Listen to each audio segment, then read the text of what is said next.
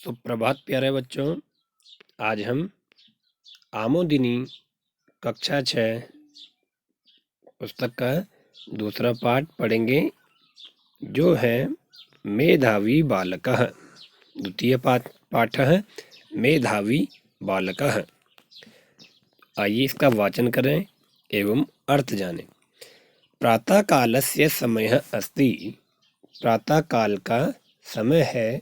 ग्रामस्य पाठशालायां प्रार्थनाया घंटिका ton ton ton इति वदति। गांव की पाठशाला में प्रार्थना की घंटी टन टन टन ऐसी ध्वनि करती हुई बजती है। सर्वे छात्राः पंक्तिबद्धाः प्रार्थनां कुर्वन्ति। सभी छात्र पंक्तिबद्ध होकर के प्रार्थना करते हैं। तदनंतरम ते स्वकक्षां गच्छन्ति। उसके बाद वे अपनी कक्षा में जाते हैं।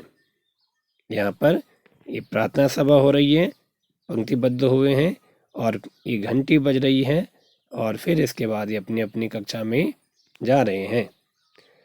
आगे है षष्ठ कक्षायाः तृतीय कालांशः अस्ति। कक्षा 6 का तीसरा कालांश है। कालांश अर्थात वादन या पीरियड जिसे कहते हैं। संस्कृतं पाठयितुम् एकः अध्यापकः कक्षाम् आगच्छति। संस्कृत पढ़ाने के लिए एक अध्यापक कक्षा में आते हैं। सर्वे छात्राः हस्तम् उत्थाप्य अध्यापकं नमन्ति।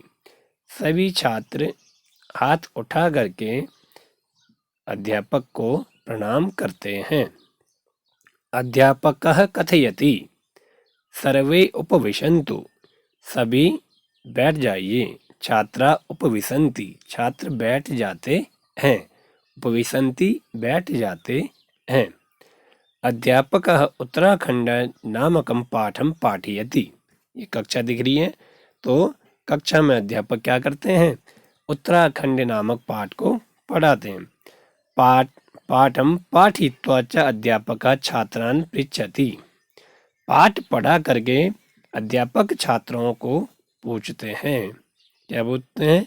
भो बालका, अरे बालकों, उत्तराखंडे कति जनपदानि सन्ति। उत्तराखंड में कितने जनपद हैं? हमारा भी राज्य उत्तराखंड है, तो अध्यापक पूछते हैं, अरे बच्चों, उत्तराखंड में कितने जनपद हैं? ये उत्तरम जानन्ति ते हस्तम उत्थापयन्तु।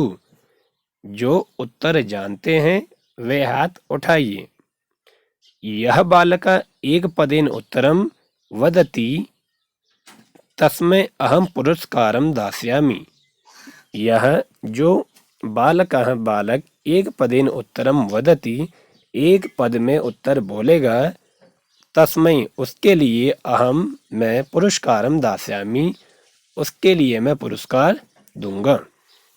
एतत् श्रुत्वा मेधावी छात्रः सुरेंद्रः अवदत्। यह सुन करके मेधावी छात्रः सुरेंद्र अवदत्। मेधावी छात्र सुरेंद्र बोला। उटी देह च नई अपि पौरु उवाच। क्या बोला? उटी देह च नई अपि पौरु उवाच। उटी देह च नय अपि पौरु उवाच। तदा कर्ण्यः अध्यापकः वदति। यह वह सुनकर के अध्यापक बोले, अस्य पदस्य कोपि अर्थः नास्ति। इस शब्द का या इस पद का, इस वाक्यांश का कोई अर्थ नहीं है। सुरेंद्रः वदति गुरुवरः इदम पदम सार्थकम अस्ति। सुरेंद्र बोला, मेधावी विद्वान जो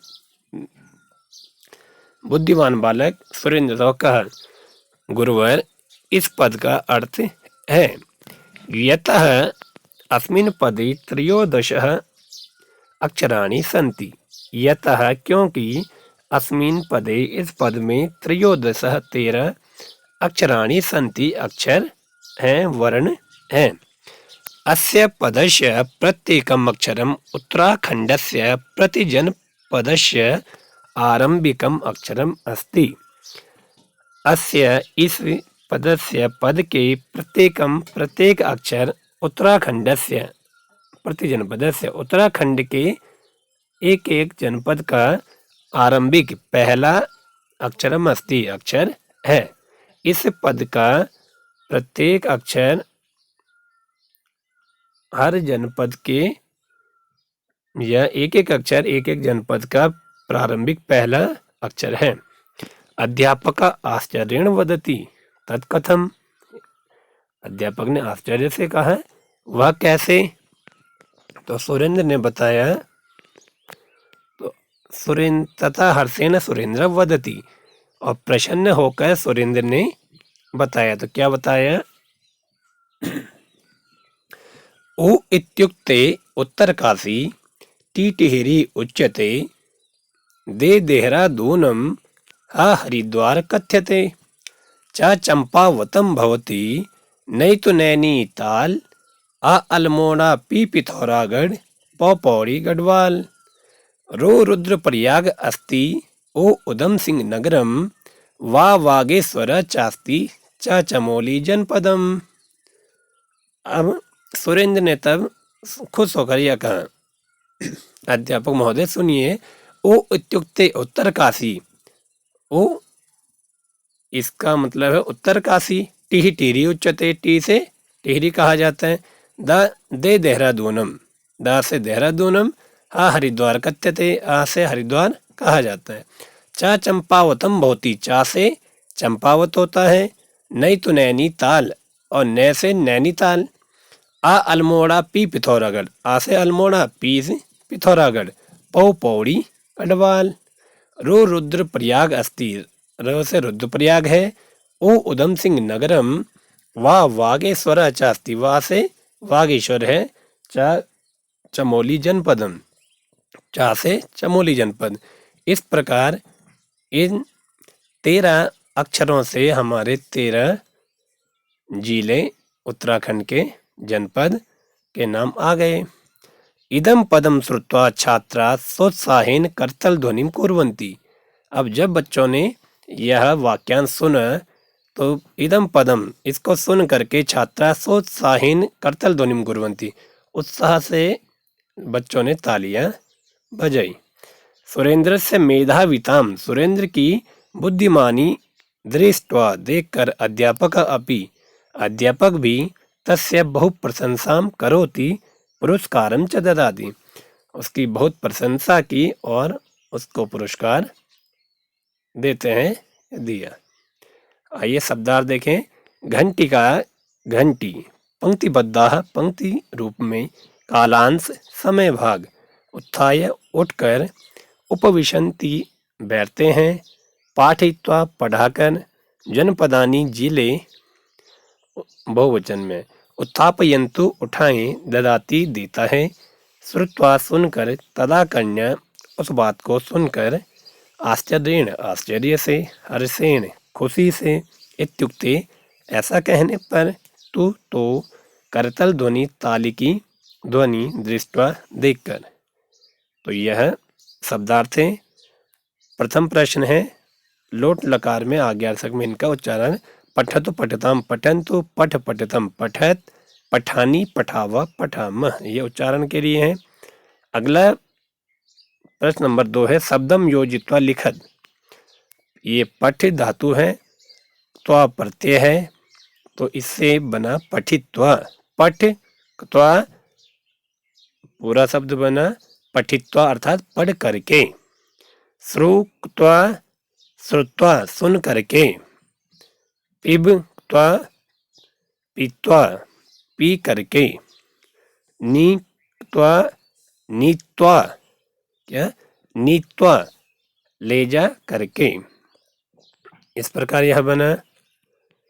अगला है भू धन त्वा, त्वा जुड़ जाएगा भूत्वा। अगला है क्री धातु, त्वा प्रत्यय है, इसका त्वा बच जाता है तो कृत्वा क्या बनता है, कृत्वा। अगला आपका प्रश्न है उटी देह च न अपि पौरु उवाच। यह वाक्यांश आपने याद करना है। ठीक है, तो आशा है तो वैसे तो आपने इसे याद कर लिया होगा। रंग संयोजनम कृत्वा उत्तराखंडस्य मानचित्रस्योपरि यथास्थानं जनपद नामानि लिखत। जैसे कि आप जानते हैं यह क्या है, उत्तराखंड का मानचित्र है। तो इसको आपने अपनी उत्तर पुस्तिका में बनाकर, जैसे प्रश्न नंबर 2 और यह प्रश्न नंबर 4 आप अपनी उत्तर पुस्तिका में यह बनाएंगे और इसको इसी प्रकार यह मानचित्र बनाकर रंग भर के आप इनमें नाम लिखेंगे। जैसे देहरादून, तो इसमें देखिए कहाँ टिहरी है, कहाँ पौड़ी है, कहाँ उधम सिंह नगर है, 13 जिले कहाँ कहाँ हैं, कैसे हैं, ये आप मानचित्र भरते रहते हैं, तो उसके अनुसार आप इसको करेंगे। अगला प्रश्न है उत्तराणी लिखत। उत्तर लिखिए। उत्तराखंडे कति जनपदानि सन्ति। उत्तराखंडे कति जनपदानि सन्ति। उत्तराखंड में कितनी जनपद हैं।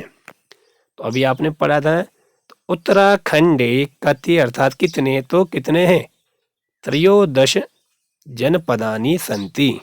उत्तराखंडे 13 जनपदानि सन्ति।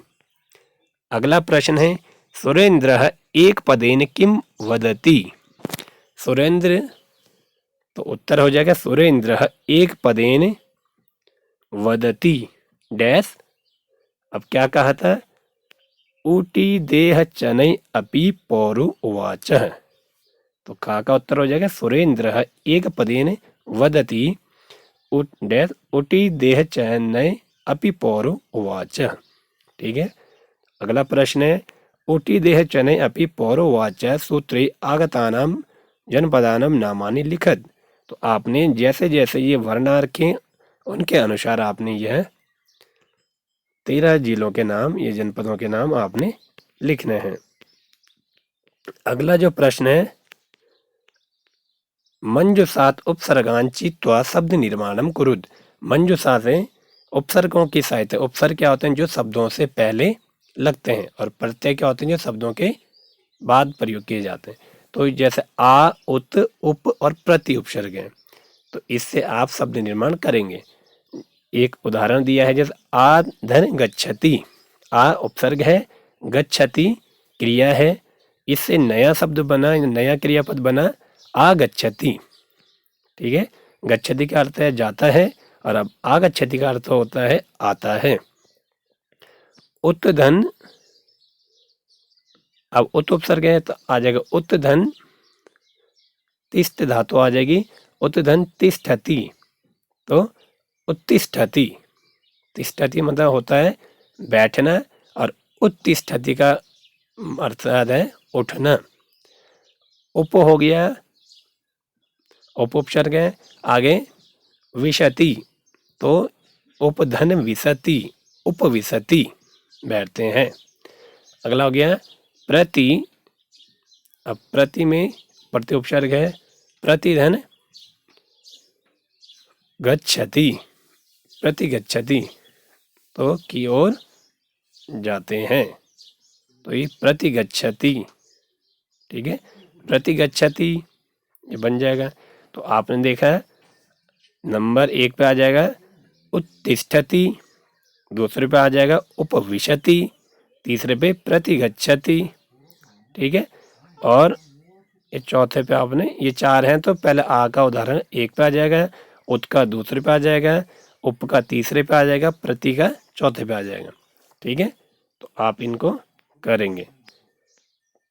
धन्यवाद।